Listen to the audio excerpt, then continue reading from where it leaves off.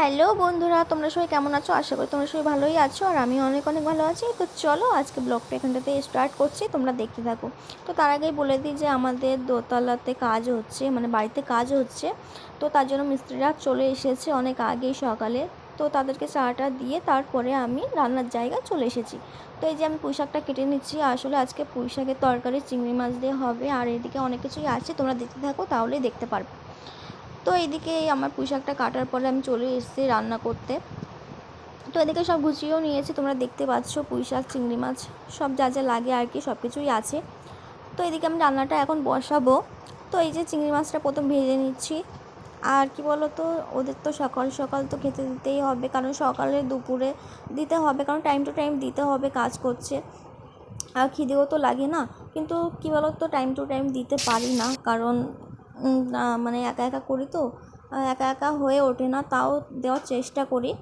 মাঝে মাঝে একটু দেরি হয়ে যায়, তো কিছু করার নেই না, একা একা তো হয় না। তো এইদিকে সকালেরটা এখন করছি, আবার দুপুরেও আছে, তোমরা দেখতেই পারবে। তো চলো, তার জন্য পুরো ভিডিওটা দেখতে হবে। তো এদিকে আমি পুঁইশাকের তরকারিটাও বসিয়েও দিয়েছি। তো এদিকে ভেন্ডি ভাজাটাও হয়ে গেছে, আগে করে নিয়েছি, ভাতটাও আগে বসিয়ে নিয়েছিলাম। তো তারপরে আমি পুঁইশাকের তরকারিটা করতে এসেছি। তো এই যে আমার পুঁইশাকের তরকারিটা বসিয়েও দিয়েছি, একটুখানি ঢেকে নেব। তারপরে কিছুক্ষণ রাখার পরে আমার পুঁইশাকের তরকারিটাও কমপ্লিট হয়ে গেছে, আর এইদিকে ডালটাও হয়ে গেছে প্রায়। তো চলো, তারপরে রান্নাবান্না সেরে আমি উপরের দিকে একটু এসেছি যে কত দূর হলো কাজ। তো দেখতেই পাচ্ছ যে সবাই কাজ করছে, উপরেও আছে তিনতলাতে, মানে মন্দির আছে, তো ওখানেও কাজ করছে তিনজন, আর এদিকে করছে চারজন। তো এরা এরা মানে এখন কাজ করছে। তো ওইদিকে যাওয়া গেল না, কারণ বলছে যে এখানে এখন যাওয়া যাবে না, তোমরা দেখতেই পাচ্ছ। তো তারপরে ওদের খাওয়া দাওয়ার পরে আবার দুপুরের রান্নাটাও আমি বসিয়ে দিয়েছি। আর তো দুপুরে আমি সয়াবিন ভাত এইসব করেছি, আর বেশি কিছু করতে পারলাম না। তো ভাতটাও হয়ে গেছে, তারপর আমি সয়াবিনটাও আমি এই যে বসিয়ে দিয়েছি। তো টাইম টু টাইম বললাম না, খেতে দিতে হবে, আবার বাড়ির লোকও আছে, খেতে তো পাই না, আর কি বলবো। তো চলো, আমি দেখতে থাকো আমার রান্না। তো এখানে এই যে সয়াবিনটাও আমি ভেজে ভেজে নিলাম, ভাজা করে নিলাম। তো তারপর আমি তেলটা দিয়ে দিয়েছি, তেলটা একটু গরম হচ্ছে, তারপর আমি আলুটাও একটু ভেজে নিলাম।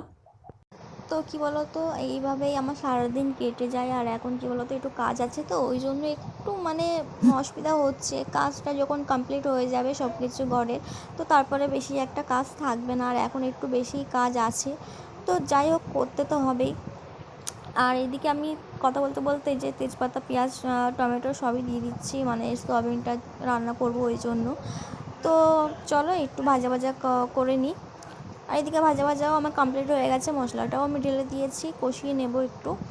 তো এই যে হলুদ সব কিছু দিয়ে একটু কষিয়ে নিচ্ছি ভালোভাবে। তো তারপরে এই যে আমার সয়াবিনটা দিয়েও একটু কষিয়ে নিচ্ছে ভালোভাবে, না হলে তো মানে ভালো লাগে না।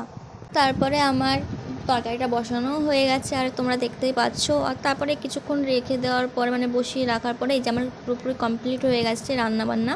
তো তারপরে আমি রান্নাবান্না সেরে এই যে ঘরে এসে দেখি যে আমাদের মিনি শুয়ে আছে। তারপর কি করব, ওকে একটু জ্বালাচ্ছিলাম, মানে তুলে দিয়েছি, আর তুলে দেওয়ার পরে ওর সাথে আমি একটু খেলছিলাম। তো এই যে ওকে এইভাবে সারাদিন এইভাবে খেললে ওর খুবই ভালো লাগে। আর কি বলবো, যে আমাদের বাড়িতে সব থেকে দুষ্টু হচ্ছে এই যে দুষ্টু, মানে ওর সাথে এই যে দেখতে পাচ্ছ যে কেমনভাবে খেলছে। আর কাদের বাড়িতে আছে অবশ্যই জানিও কমেন্ট করে। আর ব্লগটা এখানেই শেষ করছি, আর ভালো লাগলে লাইক কমেন্ট করে দিও। বাই।